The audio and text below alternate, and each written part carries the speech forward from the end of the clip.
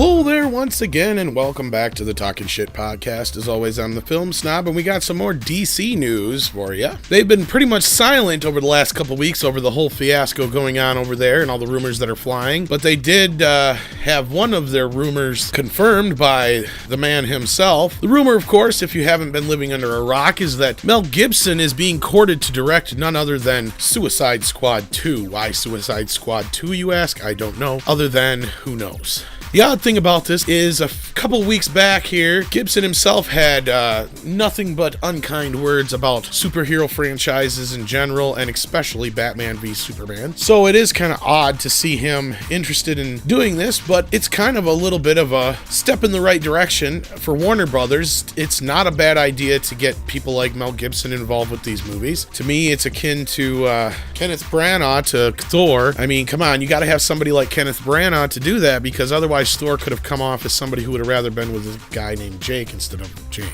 He knew how to balance the character along with the story, along with the humor, along with the drama and everything. On paper, Thor is not a character that should work on film, and Kenneth Branagh did that because of his genius. Mel Gibson is another one of those kind of directors who could bring a lot to the table despite hang-ups or how you feel about him personally. I personally don't agree with all the shit he said before, but it's hard to argue that the man does know how to direct a movie.